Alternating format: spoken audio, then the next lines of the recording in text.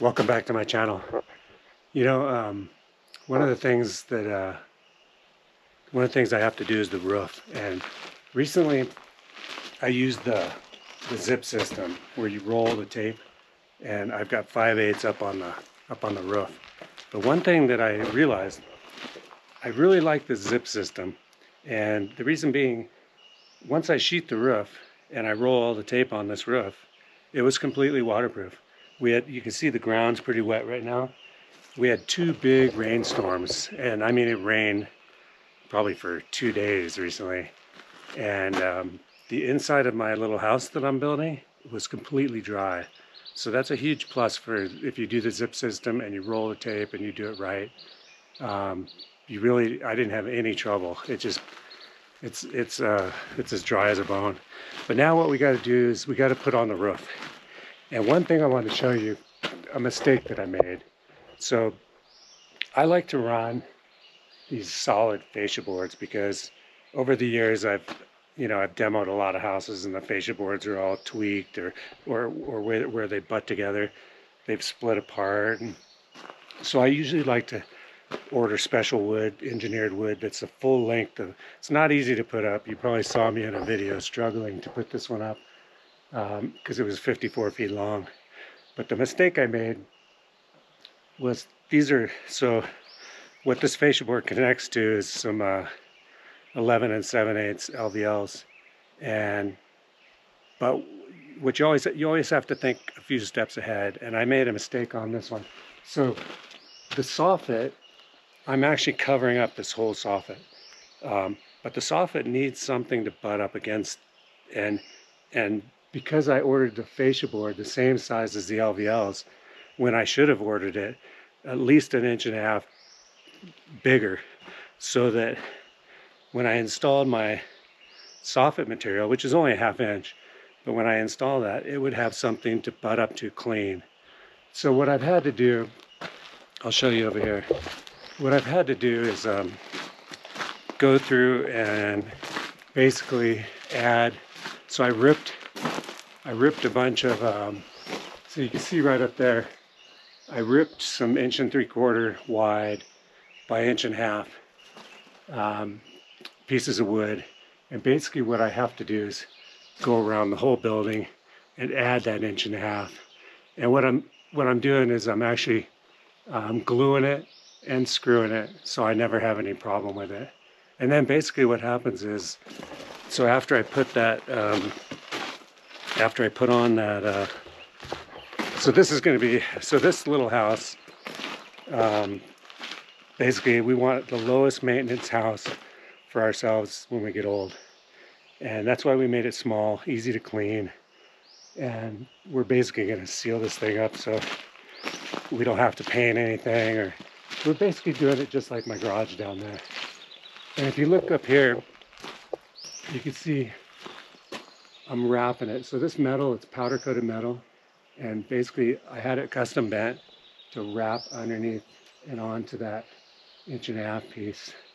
So what we have to do today is we're getting ready to put all this metal on, and then we're going to start roofing this house. So this video is how to build a house by yourself, and this is the roofing, I guess the roofing sequence. It's probably going to take me a week to put out this video just because it's me by myself, and I'm going to just do it as I work about 5-6 hours a day, and then I call it quits. But I should be able to get this roof completely wrapped up in less than a week, hopefully. Anyway, come along for the ride if you want. Subscribe, like the video, and yeah, let's get started. There he goes, it's a working man. He's trying to make a living any way he can, and he'll break his back for $1 or $2. Oh, there ain't no shame in what he do. Oh, work it out. Obviously this video is for entertainment purposes only. Now right here you can see I got my scaffolding up there, and I don't really like working in heights, but you got to do it, you got to do it. So the way I got this set up is I set this scaffolding up, level it, and then I'm using my tool cat. Basically I put my tool cat up against this scaffolding so it has no chance of falling over or anything. And then I just go about getting this work done.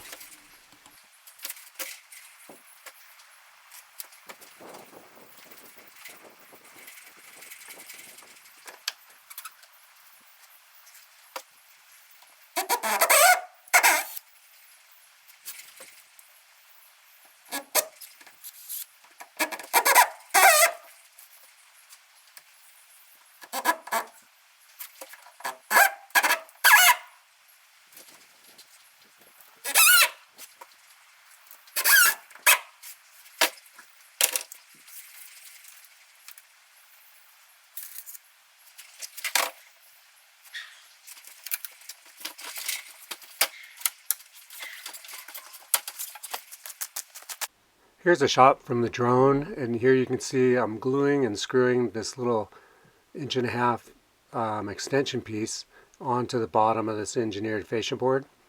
And then basically what I'm doing is I'm installing this piece and wrapping the fascia board with the powder coated metal at the same time as I'm dragging this whole scaffolding down the back of this house. It's a little tedious, but it did work fine, and actually I really like the look of the powder coated metal, and it's basically you never have to paint this, so that's kind of a plus for sure. Here I'm nailing it. I'm using some galvanized roofing nails to basically nail it. I'm nailing on the top edge so that when I put my roofing metal, the cap over this, you won't see any of the nails. And that actually turned out good. One thing I learned about putting on metal over the top of anything really, you really need to get it up flush to what you're going to be attaching it to. And when you put the first nail in on one side, and I put a clamp on the other side to basically hold it up there. Then you start from that side that you put the first nail and work your way across. If you were to put a nail in one side and then a nail on the other side and then come down the middle of it both ways, you're going to end up with a pretty good wrinkle in your metal, because it just doesn't, you need to let the metal, don't try to push the metal. Once that first nail's in and you have a clamp on one side, just don't even try to do anything, just nail it and it'll stay flat. If you try to nail it from each side, you could run into trouble. So just start your nails from one side and work them to the left or the right, and it works out pretty good, and then you don't have any wrinkles in your metal. And that's basically what I'm doing here. I'm just working from the right to the left, and yeah, go right around this building.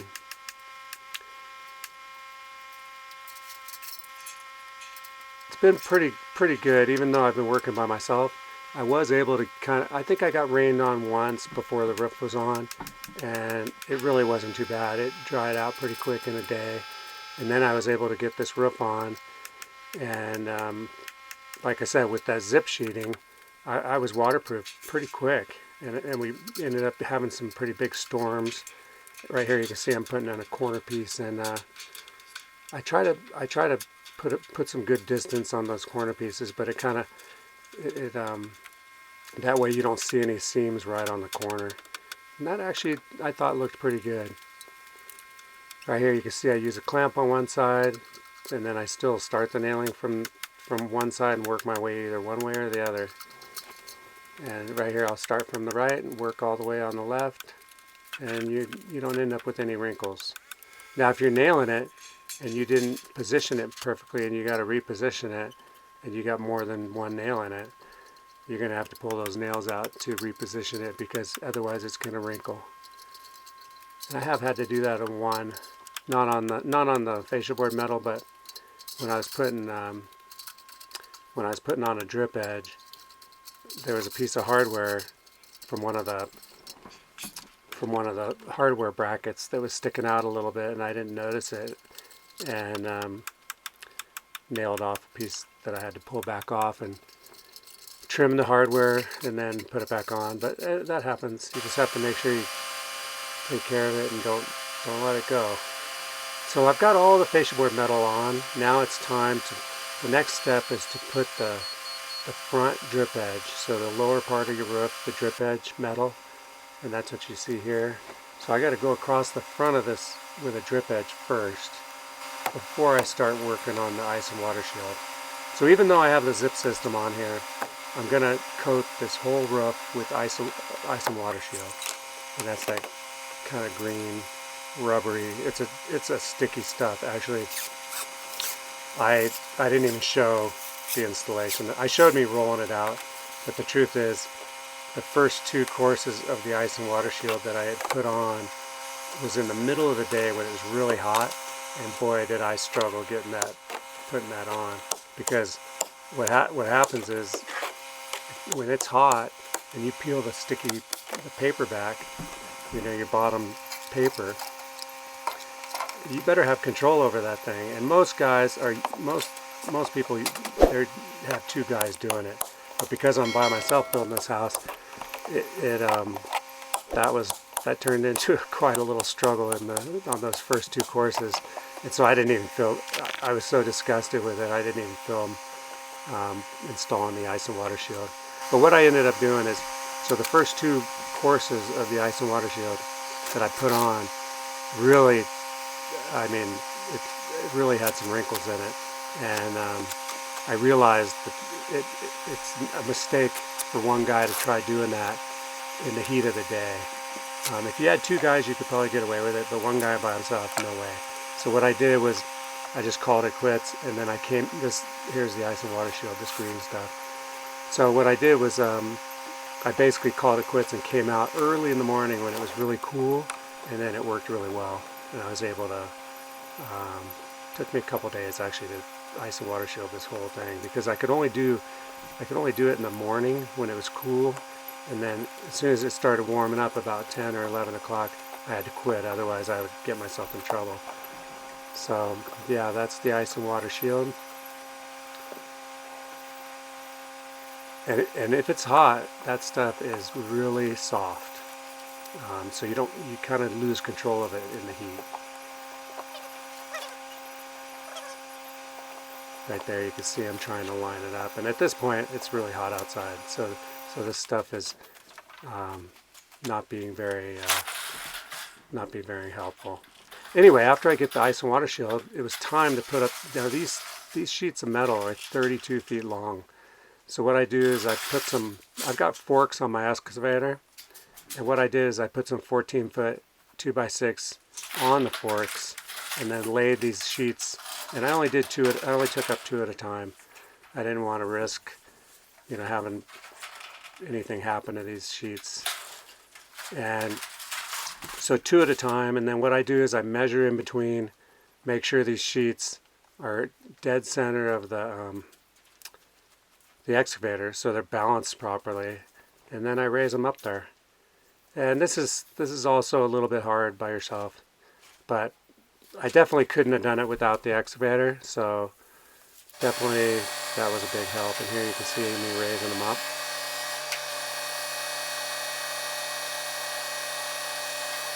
And that does a pretty good job of it.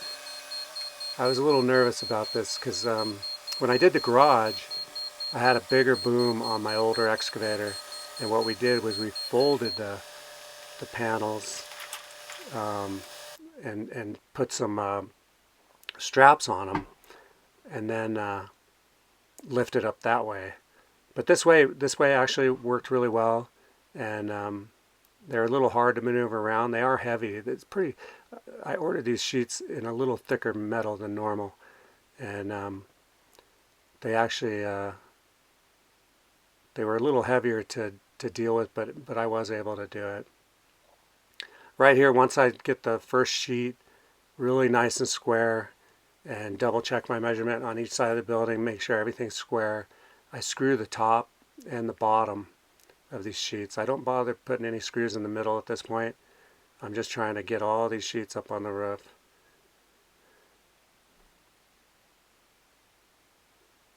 Yeah, the drone is my second cameraman for sure. He stays there and he's stable, and he does a lot better job than I do. And actually the picture's pretty good with the drone too, so that's kind of nice. Right there, I'm going down to the bottom, putting the bottom screws on. Now the bottom screws, so the top screws get covered up with a cap piece, so I don't really worry about where they're located. But the bottom screws, I need to mark every one of them so that they have a perfect line going across the top of that drip edge down at the bottom, because you're going to see those screws. So I mark and screw all those. And then it's just a matter of getting all these sheets, you know, one at a time up there. It was a nice day though. Every time I turned around there was a bunch of deer cruising around, and at one point there was a pretty good herd of turkeys, or cackle, or whatever you want to call them. Probably like 6 or 7 turkeys cruising by behind the house, so that was kind of nice. And then at one point I thought I saw some bald eagles up on a tree, but I wasn't sure because it was a little bit far away. I wasn't sure if they were bald eagles, but yeah, here you can see I've got to kind of drag them up there and then drag them back across. Yeah, 32 foot of metal is not always easy to deal with, but it did work. I kind of got a little rhythm of how to hop them over onto their spot, and then basically what I do is I double check each end before I start doing any screwing at all. And then once I know I got it right where I want, I start screwing them off.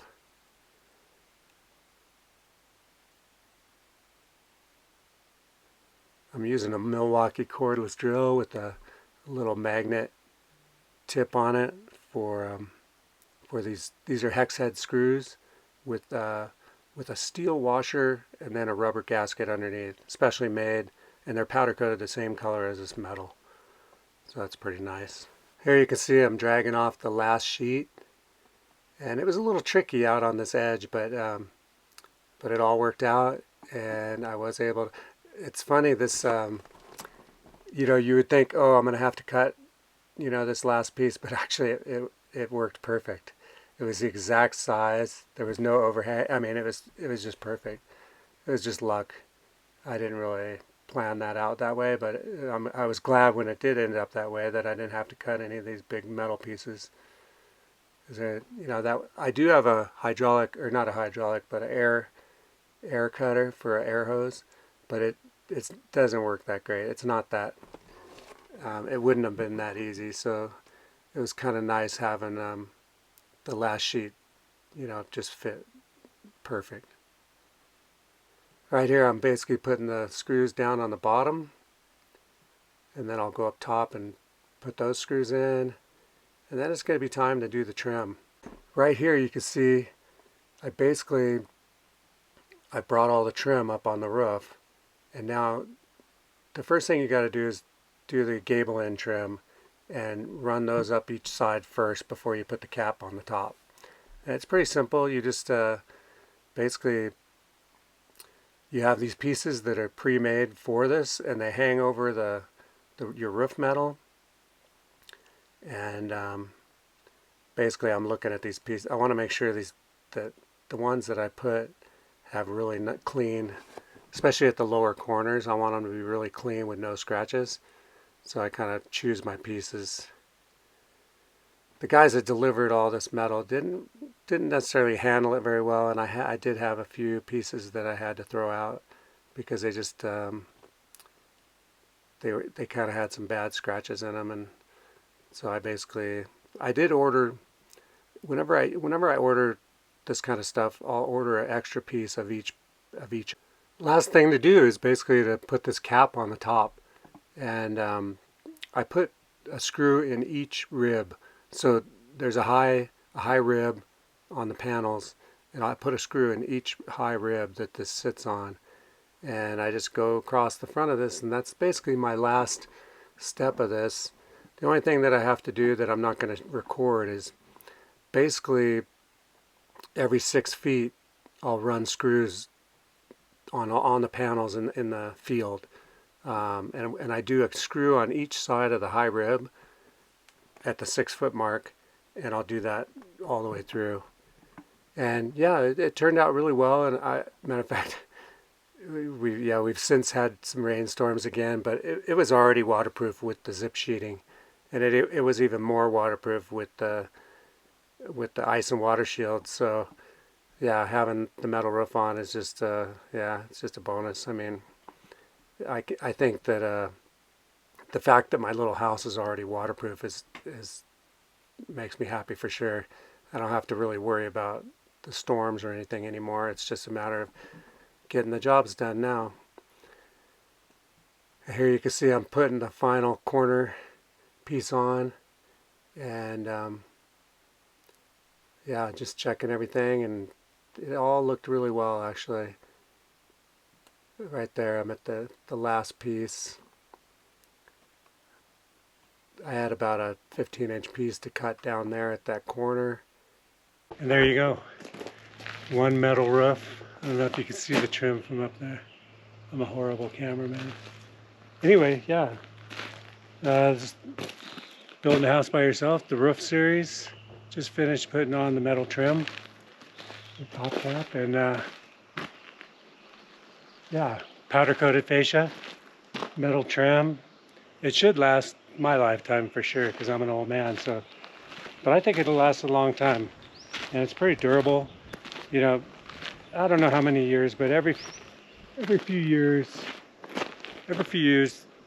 I would say probably 10 or 15 years, you'd probably want to go through, and the screws have these little rubber gaskets on them, and the rubber gaskets probably go bad after 10 or 15 years. I'll have to look that up, but yeah. Anyway, the roof series, roof is on. Finally off the roof. I'm actually really sick of the roof because I just don't like going up and down ladders or doing the window, you know, although I have to do the siding next. Actually, next we're doing the metal wainscot, and so that'll be the next thing we do. But yeah, going up and down the ladder, your legs get tired. You're always worried you're gonna fall off the ladder. And when you're an old man, you're worried you're gonna fall off the roof too. And it actually got pretty slippery a few times. But you can see it looks really nice with the powder coated metal and the drip edge and the metal roof. It should be a really durable product. Anyway, thank you very much for watching. Please subscribe, like the video. Yeah, anyway, later. There he goes, it's a working man. He's trying to make a living any way he can. And he'll break his back for $1 or $2. Oh, there ain't no shame in what he do.